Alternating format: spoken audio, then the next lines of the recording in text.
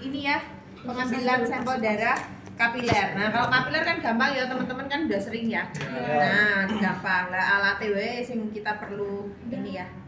Perlu apa namanya? Familiar dengan alatnya ya. Sebenarnya alatnya ini yo gampang juga, teman-teman. Ya, ini kayak bolpen kan. Nanti jarumnya teman-teman bisa isi ulang. Jarumnya yang kecil-kecil itu. Sering kan pakai ini? Sering. Ya, oke. Berarti ini kita nggak usah praktekkan ya. Nah, hanya ini teman-teman yang perlu diperhatikan ini loh. Seberapa tekanannya ke dalam ya, karena ada nomornya 1, 2, 3, 4, 5. Teman-teman makanya lihat dulu kan yang diperiksa digit ke 3 dan ke 4 ya. Nah, lihat kalau orangnya kapalan, tahu ya kapalan ya? Tahu. Kalian pasti harus lebih dalam nusuknya kan begitu. 4 gitu ya, atau bapak-bapak pekerja bangunan itu keras banget ya. Ya, kulit bata. Memang karena pekerjaannya ya, ada penebalan seperti itu. Jadi teman-teman bisa sesuaikan. Kalau kalian ini paling ada 2. Ya cowok-cowok ya kasih 3 gitu ya. Jadi teman-teman harus lihat dulu. Oke, sekarang kita praktek dulu caranya aja ya. Cara memilih digit ke 3. Digit pertama, kedua, ketiga, dan keempat ya. Ini jari tengah dan jari manis. Caranya pasien supinasi seperti biasa, kemudian kita kumpulkan ya. Udah kayak gini biasa aja ya. Nah, nanti teman-teman yang perlu perhatikan ya, area penusukan ya. Ada apa saya? Kalau area penusukan, teman-teman lihat di SOP ya, di situ di sebelah kiri dan kanan. Ya. Kemudian aliran darahnya mengalirkan ke mikro tabungnya, ada tabung kecil. Kalau misalnya pemeriksaan GDS itu kan langsung akan dihubungkan dengan stripnya ya. Jadi untuk pemeriksaan darah kapiler itu karena netesnya kan cuman kecil ya. Jadi pakai tabungnya juga kecil. Nah, gimana cara mengalirkannya? Teman-teman tahu di sini ada sidik jari polanya? Ada. Ya. Jadi bukan ke samping begini, tetapi ke atas. Jadi memotong sidik jari. Paham? Coba dilihat masing-masing pada diri kalian. Ya, kalian kalau cap jempol itu kan polanya muter-muter gitu ya. Muter ya. Jadi dia bukan apa namanya ke bawah sini ya, tapi ke sini, memotong. Jadi memotong, melintang dengan arah muter-muternya sidik jari ya. Jadi ke sini dan ke sini. Kalian bisa lihat di SOP ada gambarnya. Ya, saya rasa udah jelas. Ada yang wrong, ada yang true. Mana yang true itu yang diikuti. Itu ya. Itu aja yang penting. Kalau untuk kapiler nggak masalah ya. Yang berikutnya adalah untuk vena. Kemarin udah praktek injeksi IV ya? Udah. Oke, saya pengen pastikan aja sekarang. Tolong tunjukkan ke saya vena mana saja yang bisa kalian pakai untuk pengambilan darah. Vena. Ngomong dong, itu apa? Mana? Brachialis. Coba udah bisa? Udah. Ada yang gosong-gosong sampean? Ada. Bisa gosong. Apanya yang salah? Sudutnya biasanya ya. Berarti kayak gitu tuh jam terbang ya teman-teman. Kalian nanti bakalan punya perasaan ya. Kalau kalian lihat ya, nih kayak gini nih. Kelihatan nggak nih? Kelihatan. Sudutnya berapa kalau kelihatan begini nih? 45. Tiap 45 ya. Kan anu meneh, biru-biru meneh teman-teman ya. Kalau kelihatan kayak gini masa perlu 45 sih? Di bawah 3. Iya, mungkin 25, 30 ya. Kalau kalian bikin ini 45 ya mungkin brodol ya, hematom. Karena gini, kecenderungan bagi newbie ya, kan kalian newbie kan, gitu ya. Itu jarumnya nusuknya terlalu dalam, ya. Kalau nusuknya terlalu dalam, sudutnya udah kayak gitu besar, yang terjadi adalah venanya akan pecah, ya. Jadi nanti pada akhirnya kalian akan punya perasaan, oh segini ya. Jadi kadang jarum ini hanya sedikit saja nembusnya, ya. Itu patokannya apa toh? Seberapa dalam kita masukkan jarum itu patokannya apa? Kalau menurut teori ini seberapa bagian yang kalian masukkan? Sepertiga di atasnya aja kan? Itu menurut teori. Nah sekali lagi teman-teman nanti di prakteknya kalian harus lihat tipe dari vena masing-masing orang, tipis, ya. Nah itu juga mempengaruhi berapa sudut yang akan kalian ambil ya. Sini bisa nggak nih? Nih ya, oke. Kalau kalian percaya bahwa sudutnya harus 45 segini lah ya. 45 tuh segini. kalian masukkan sepertiga. Bayangin aja, ini pasti hematom. Iya. Gitu. Kalau venanya model kayak saya punya ini. Ya, tapi kan ada yang venanya dalam ya. Iya. Siapa kemarin?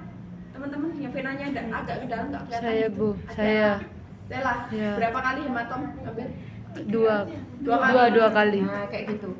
Terus yang berikutnya teman-teman ya, sekali lagi ini harus jam terbang ya. Kalau semakin sering kalian ngambil ya, akan semakin kalian lihai, cakap dalam memilih vena. Oke, yang pertama ini tadi vena. Selain itu misalnya nih udah banyak hematom gitu ya, pecah semua, kalian pilih yang mana lagi? Yang besar di kaki.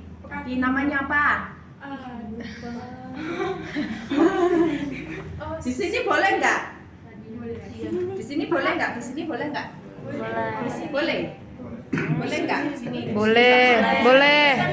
Boleh, Bu, boleh. Ya. Di sini Boleh. Boleh. Boleh. Di kaki. Karena Ya. di kaki ya. Kenapaan itu di kaki? Mana? Kalian mana ada yang praktek di kaki? Nggak ada. Tangan semua. Tangan semua ya. Tangan udah bisa semua, berarti sebenarnya meminimalkan nyeri pada pasien juga ya. Oke. Kalau bisa milih vena itu teman-teman yang jauh dari jantung. Ya, supaya apa?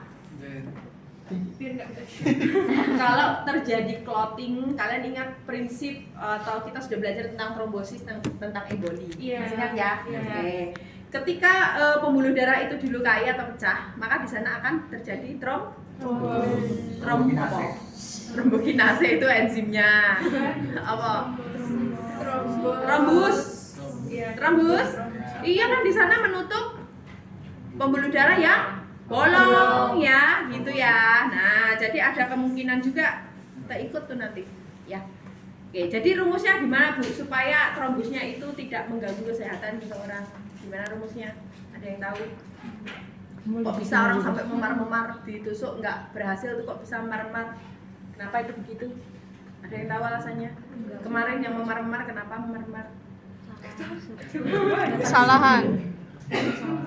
Salah suntik, ya karena kesalahan di dalam teknik mengambil. Yang kedua mungkin ngedipnya setelah diambil itu harus di dep, ya harus di dep. Ngedepi piye toh?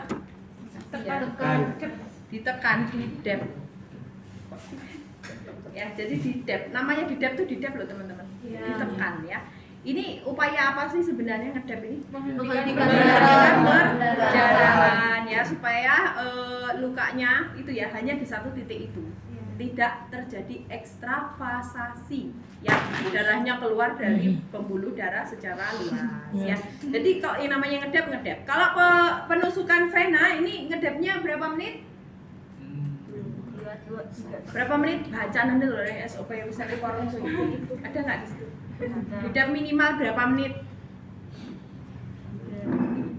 Ada kemungkinan ya ketika kalian ngedepnya nggak sesuai dengan standar gitu. Ini kisah metu gede ya kan? Berapa menit? Setelah selesai pengambilan darah vena, berapa menit? 3 menit. Suruh pasiennya ya, kalau pasiennya masih bisa kooperatif ya, Ibu tolong Bu ditekan dulu ya gitu. Sembari kalian memasukkan darahnya ke dalam tabung ya. Sembari kalian melabeli. Kalau sudah baru diplester. Nah, biasanya karena nggak sabar langsung diplester. Seberapa sih kuatnya plester itu? Iya. Berapa kuatnya? Seberapa kuatnya? Seberapa kuatnya plester itu? Ya, saya kok nggak terlalu percaya ya sama plester.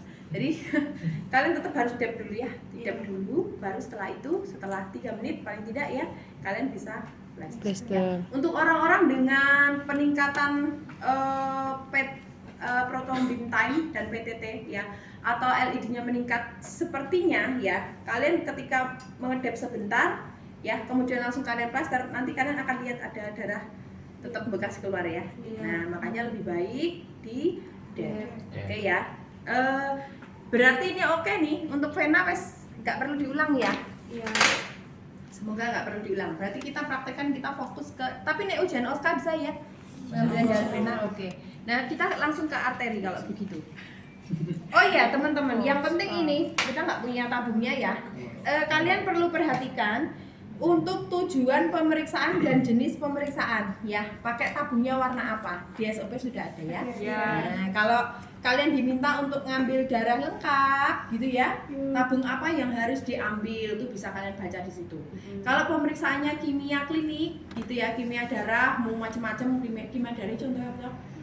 SGOT, SGPT, ya, ureum di dalam darah, segala macamnya itu ya. Nah itu maka kita juga perhatikan. Nah kalau untuk ini pengambilan sampel darah arteri yang dibutuhkan teman-teman sebenarnya adalah termos es, bukan iklan termos, bukan ya. Termos es ya, termos yang berisi es atau kontainer yang dingin, pendingin gitu ya, untuk menyimpan sampel yang sudah kita ambil itu ya. Karena harus dalam kondisi tidak dipengaruhi suhu luar ya. Nah kemudian yang berikutnya tolong ini diperhatikan, sebelum kita melakukan pengambilan sampel darah arteri, teman-teman harus catat pasien kita pakai oksigen atau enggak ya. Kalau pakai oksigennya berapa liter, misalnya nasal kanul 3 liter, itu harus ditulis. Jadi di formulir permintaan sampelnya di situ ditulis teman-teman ya. 1, pemakaian oksigen. Yang kedua, suhu tubuh pasien. Ada yang tahu alasannya? Kenapa suhu tubuh pasien harus ditulis untuk pemeriksaan AGD, analisa gas darah? Ada yang tahu alasannya? Apa hubungannya suhu tubuh dengan AGD, analisa gas darah? Tanya dulu dong. Kalau AGD itu yang diperiksa apa aja sih? Hasilnya apa tuh? Masih ingat nggak kemarin ujian? AGD, PO2 itu. Apa aja kemarin? pH. PO2. Ya, oke, asam basa Tekanan darah, terus tekanan O2 oksigen. terus tekanan karbon Dioksida. terus apa lagi? HC. Tekanan apa itu namanya? Asam karbonat. Terus apa lagi? Dan sebagainya. Saturasi oksigen ya. Fraksi oksigen juga diperiksa, di situ ada, teman-teman bisa baca halaman berapa itu? Tujuan dari pemeriksaan analisa gas darah. paling bawah ya, paling bawah. Di kue anu buka apa kue mana itu ya, tujuannya ya mengetahui keadaan oksigen dan metabolisme sel, efisiensi pertukaran oksigen dan karbon dioksida, kemampuan Hb dalam mengangkut oksigen dan karbon dioksida, dan tingkat tekanan oksigen dalam darah arteri. Ya, itu tujuannya ya teman-teman. Jadi kalau kalian harus menjelaskan ke pasien, nanti kita bisa jelaskan tujuannya untuk memeriksa ya kadar gas-gas yang diperlukan untuk tubuh manusia. Gitu aja ya, pakai bahasa yang sederhana. Oke, kita mulai ya teman-teman untuk yang pengambilan darah arteri. Yang pertama kita mulai dari tahap prainteraksi. Baca catatan perawatan, catatan medis, indikasi kondisi medis. Maksudnya indikasi kondisi medis ini pasien-pasien yang harus diambil AGD ini kira-kira terkait dengan penyakit apa saja ya. Pasti apa? Penyakit yang ada hubungannya dengan gangguan pernafasan ya. Kemudian apa lagi? Penyakit-penyakit yang ada hubungannya dengan, kalau alkalosis metabolik ngono apa berarti? Penyakit-penyakit yang berhubungan dengan gangguan metabolisme tubuh ya. Nah, itu perlu dilakukan pemeriksaan analisa gas darah. Bu, penyakitnya apa aja? Browsing ya. Apa aja sih kondisi medis atau diagnosis medis pada pasien yang kira-kira perlu analisa gas darah? Kalau pasien koma gitu tuh kira-kira perlu nggak dilakukan AGD? Pasien koma nggak sadar gitu perlu ya, buat apa ya? Apa saturasi Perlu ya. Karena kan Tapi kalau sudah nggak ada nadi, enggak nadinya sudah nggak ada, bisa kalian ngambil darah arteri? Tidak bisa. Nadi tidak ada kan? Nadi tidak ada kan berarti sudah meninggal ya. Oke. Kali kalian nggak tahu. Terus yang berikutnya ya, siapkan lingkungan yang aman, siapkan peralatan yang dibutuhkan. Kita ke alat ya. Yang pertama 1 buah siring disposable 2,5 ya. Kemudian jarum kuman dia. Di meja itu ada jarum nggak? Fikri, catat kamu Fikri. Jarum nomor 25 ada ya? Oke. Terus gabus, gimana kok ya? Mesti nggak rapi. Mohon maaf, saya potong ya. Bu, gabus buat apa Bu? Ada yang tahu nggak? Sudah ada yang baca SOP-nya? Lihat-lihat di penutup jarum. Boleh pakai gabus atau pakai karet ini ya, bekas vial kayak gini, karet ini loh.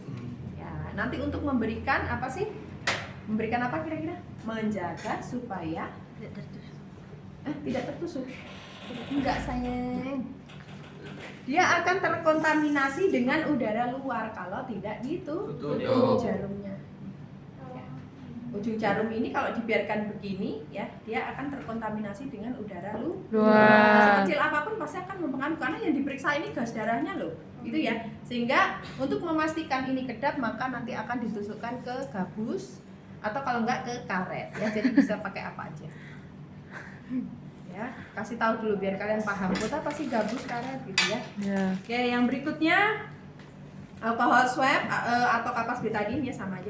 2 lembar kain kasa steril. Kita nggak punya ya? Ini kapas ya. Oke. Kemudian bengkok, plaster, gunting, kantong plastik es. Itu tadi yang saya bilang ya. Kontainer termos juga boleh. Kemudian heparin. Nah ini teman-teman, heparin fungsinya buat apa? Ada yang tahu? Heparin adalah salah satu obat untuk mengencerkan darah ya, mencegah supaya darahnya tidak menggumpal. Ya, ini kita nggak punya heparin betulan, ini udah diganti jadi apa aja nih ya. Ya jadi heparin ini biasanya disimpan di kulkas teman-teman. Ya, jadi spetnya nanti sebelum dipakai untuk mengambil darah arteri ini maka harus diisi heparin dulu sedikit gitu ya, 0,1 atau 0,2 ya. Setelah diisi kemudian diratakan dulu ke seluruh tabung, turunkan dulu gitu ya. Kemudian naikkan lagi sampai seluruh permukaan tabung itu pernah kena heparin. Paham ya? Oke. Ya, itu kasih tahu dulu nanti supaya di prosesnya kalian paham rasionalnya. Dah, sekarang kita ke tahap interaksi. Ya. Baik, selamat pagi Pak. Dengan Bapak siapa? Boleh sebutkan namanya Pak? Budi. Pak Budi. Pak Budi nama lengkapnya siapa? Budian. Oke, Pak Budi Santoso ya. Bisa disebutkan tanggal lahirnya Pak? 17 April. Kalian sambil lihat formulir permintaan. Kan ada itu ya stikernya ya dari tas pasien. Cek di sana. Kemudian setelah itu kita akan menjelaskan Pak Budi. Boleh saya panggil Pak Budi ya? Boleh. Kenalkan saya penata anestesi Pak yang akan mempersiapkan operasi Bapak ya. Nama saya Aprilia, saya dinas pagi hari ini. Saya datang ke sini akan mengambil darah dari pembuluh darah Bapak di dalam ya, namanya arteri gitu ya. Nanti Pak agak sedikit sakit ya Pak ya. Tapi ini pemeriksaan harus dilakukan tetap karena dokter meminta supaya kita tahu kadar gas-gas yang ada di pembuluh darah Bapak. ya, apakah oksigennya cukup atau tidak. Apakah jelas Bapak? Jelas. Oke, waktunya kurang lebih 10 menit ya Bapak. Nanti sedikit sakit ketika saya masukkan, tapi masih bisa ditahan. Nanti kalau Bapak sakit, Bapak bisa tarik nafas ya. Bantu saya dengan tarik nafas, kemudian buang nafas untuk relaksasi. Bagaimana Bapak sudah siap? Sudah. Ya. Apakah Bapak mau? Jangan pernah tanya begitu ya. Tidak ada urusan mau dan tidak mau. Ini harusnya tangannya yang sana ini. Itu yang tangan kiri sama aja. Sama aja ya wis. Ini harusnya kan jempolnya di sini ya, harusnya di sini. Yuk sekarang sebelum ke sana kita mau cek dulu apa nih langkah pertama. Memberikan kesempatan udah ya, menjaga privasi. Oke, saya tutup dulu ya Pak tirainya. Kalau di kelas 2, kelas 3 gitu ya harus. Kemudian memilih daerah yang akan difungsi. Yuk sekarang kita pilih praktek dulu ke kalian masing-masing. Saya ingin kalian cek dulu ya arteri radialis yang mana?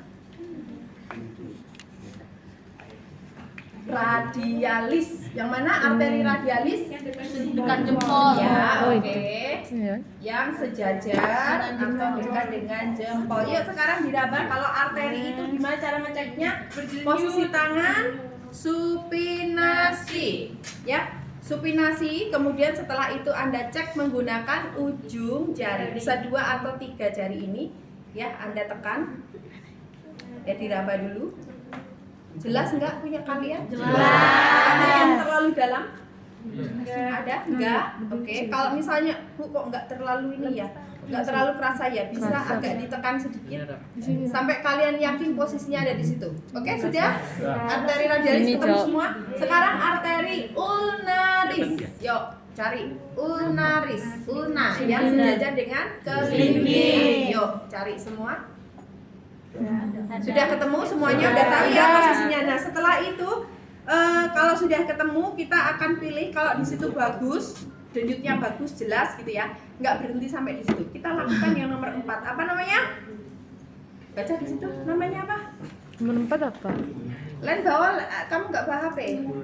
Melakukan talent test. Melakukan Allen test. Ya. Dikasih nama Allen. Tahu nggak ya? Ingat teori ini kali ya. Nah, Allen test itu caranya begini teman-teman ya. Tadi kan kalian udah tahu tuh arteri radialis dan ulnaris begini kan udah tahu ya? Iya. Oke. Nah, kedua arteri itu ditekan. Kalian dari sisi sebelah atas ini ya, ditekan begini. Semua ditekan. Ini nggak bisa kalau praktek sendiri, harus berdua ya, berpasangan ya. Ditekan begini, kemudian minta pasiennya untuk mengepal ya, mengepal dan membuka secara cepat kayak gini. Ya. Ditekan dulu ya, sampai di situ pucat. Ya, setelah pucat kemudian ya udah pucat putih nih, kita lepaskan di arteri ulnaris dulu. Hitung kembalinya merah dalam waktu berapa detik. Ya. Kemudian lakukan lagi Pak, genggam buka ya. Kemudian dilepaskan di arteri radialis. Ya. Oke. Kalian amati kembali merah perfusinya dalam waktu berapa detik. Yuk sekarang praktek. Nggak bisa kalau nggak praktek. Kalian berpasangan dengan temennya. Yuk duduk.